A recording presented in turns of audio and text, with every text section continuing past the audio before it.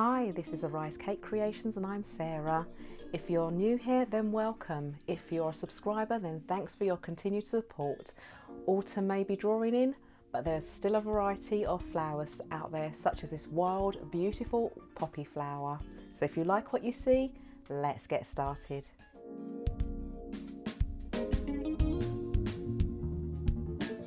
As always, all of the equipment is listed in the description box below, including the link for the template for the poppy flower. Start by making a small hook in some 24 gauge florist wire. Then weigh out some green gum paste, about 14 grams is needed, or have a ball size of around 1.25 centimeters in diameter. Then you're going to roll your green gum paste into a teardrop shape, but make it quite wide so it looks a bit like a balloon. Brush some edible glue onto the end of the hook and then push it into the narrow end of your balloon shape.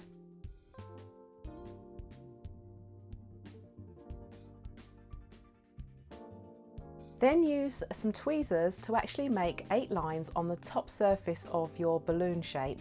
Then you're going to use a wooden skewer just to actually push in between each line.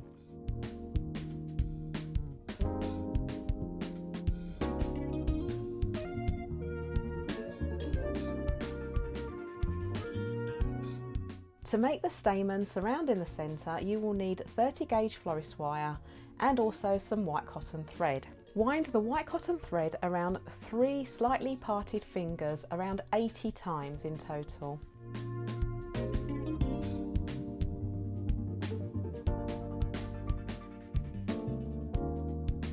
You will have 2 looped ends and you want to wrap the 30 gauge wire around each end. Make sure that you wrap the 30 gauge wire around securely so it doesn't slip off.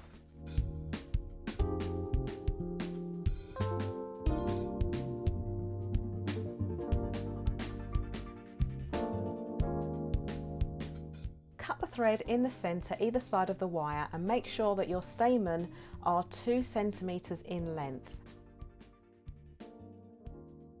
Use some yellow edible dust to brush onto the cotton thread. Make sure that you dust the colour on evenly so there's no patches showing.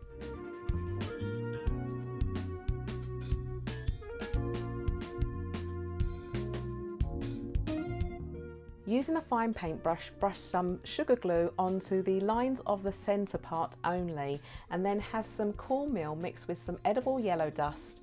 Then dip the centre into the cornmeal with edible yellow dust. If you have any excess threads at the base of where the wire is, just cut them away to neaten it up. Brush the tips of the threads with some edible glue and then dip into the cornmeal mixed with the yellow dust.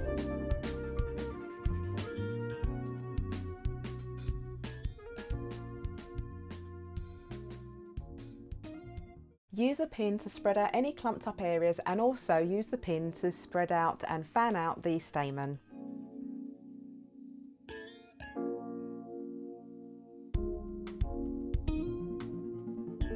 Use a pointed tool just to open out the centre.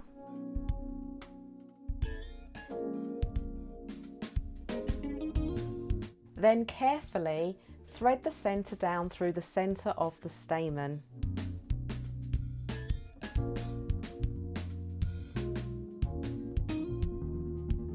Make sure the centre is neatly in place along with the stamen. Again, you can use a pin to actually kind of neaten up at any areas that are clumped.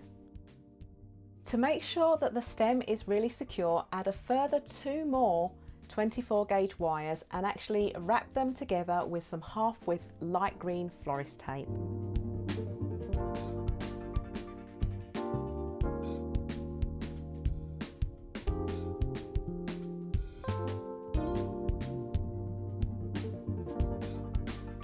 For the flower petals, use 28 gauge wire.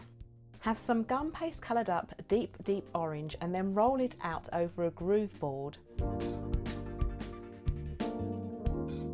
I don't have a poppy petal cutter, so I actually use the template so you can see how I use it. Position your template over your rolled out gum paste and then use a tool to actually draw around the petal itself. The other way that you could do this is actually cut out the template and then just draw around it that way. It's just that I find it easier to do it this way. So choose whichever technique works for you. Make sure you use either a sharp scalpel or a knife to actually cut the shape out to make sure the edges are clean. Then brush the 28 gauge wire with some edible glue and then feed it through into the petal carefully.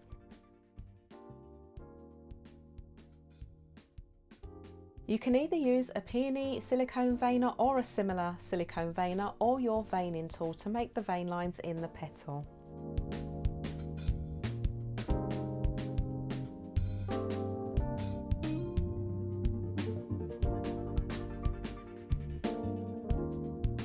Once you've veined your petal, place it onto a pad and then use a ball tool to thin out the edges. If you have one, use a textured veining tool or an ordinary veining tool just to further frill and vein the edge of the petals, but it's a very, very light frill on the edges.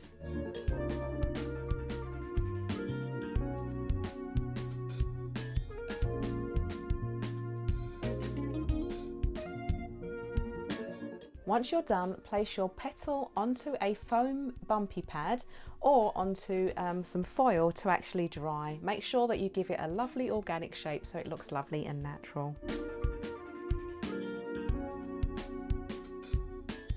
For the closed buds, you're going to use 3 26 gauge wires that are taped together again with half width light green florist tape.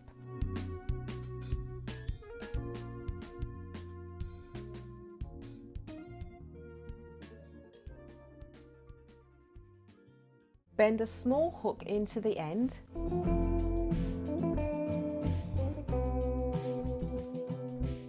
Roll out about 25 grams of green gum paste, or it should be about 1.5 centimeters in diameter. Roll this into a similar shape as the center that you did at the beginning, so a teardrop shape and then into a balloon-like shape. Add some edible glue to the hook end and then thread it through the narrow end of the green gum paste.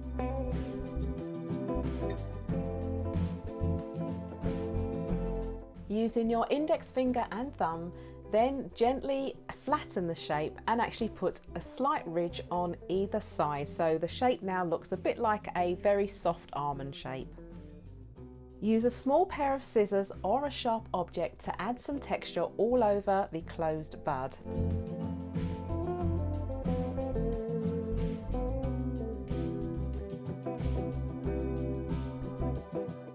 For the open buds, use 3 24 gauge wires. Start the tape about 1 centimeter down from the tip of the wires.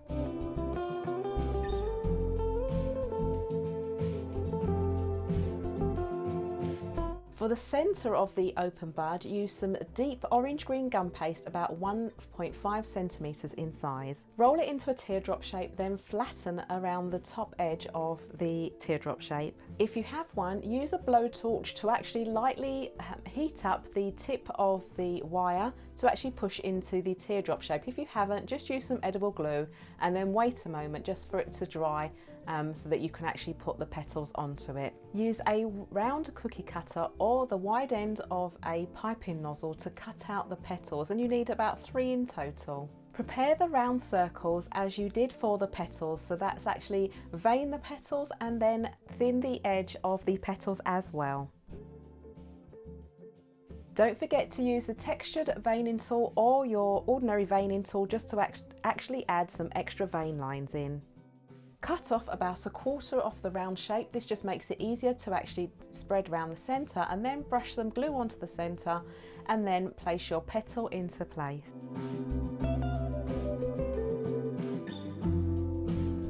Do the same process for the second petal.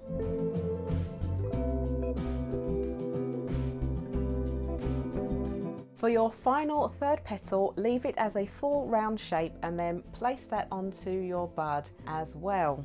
You will see that around the base near the wire that it's actually not so neat, but we're going to make some sepals that will cover up these areas. For the sepals, use some green gum paste, which is about 1.2 centimeters ball size, then flatten it out and make it slightly longer, and then cut it in half.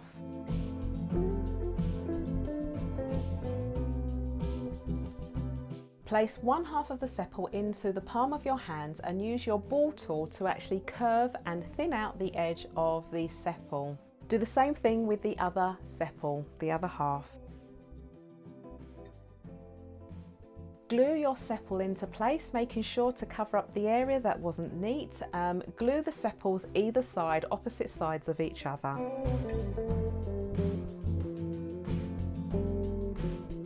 Like the closed bud, add a small amount of texture onto the actual sepals as well. To dust the petals, I used a selection of edible dust, and I mixed together some yellow and orange to dust the very centre of the petals. Then actually dusted a slight touch of green just over that orange and yellow mix. Don't forget to dust the back of your flower as well. For the rest of the petal, I mixed together some orange and red and brushed it onto the front and the back of the petal.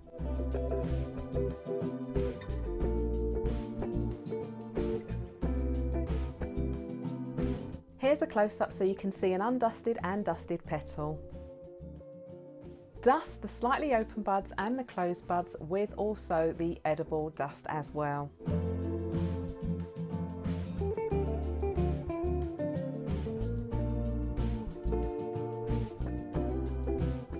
To assemble your flower, bend the wire back to a 90-degree angle.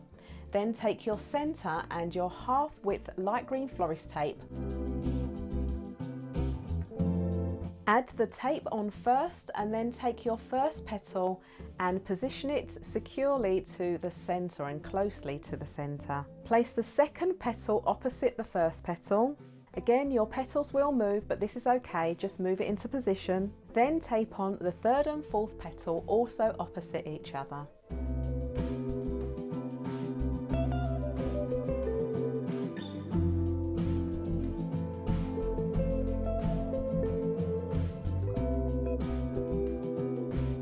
For all the buds, bend the stem of the wire into a very soft S shape.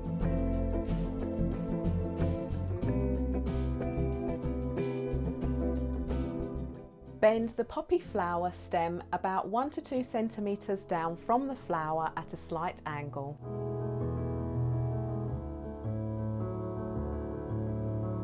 Bring the two closed buds together and place one closed bud slightly higher than the other one.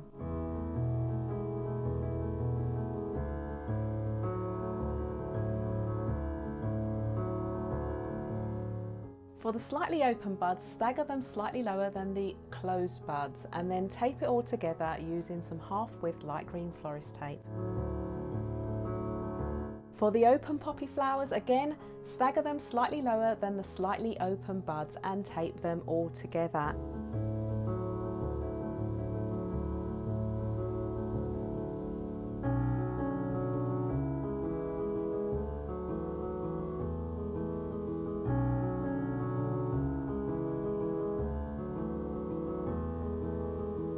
Before you tape all the way down, add an 18 gauge wire to lengthen and strengthen the stem.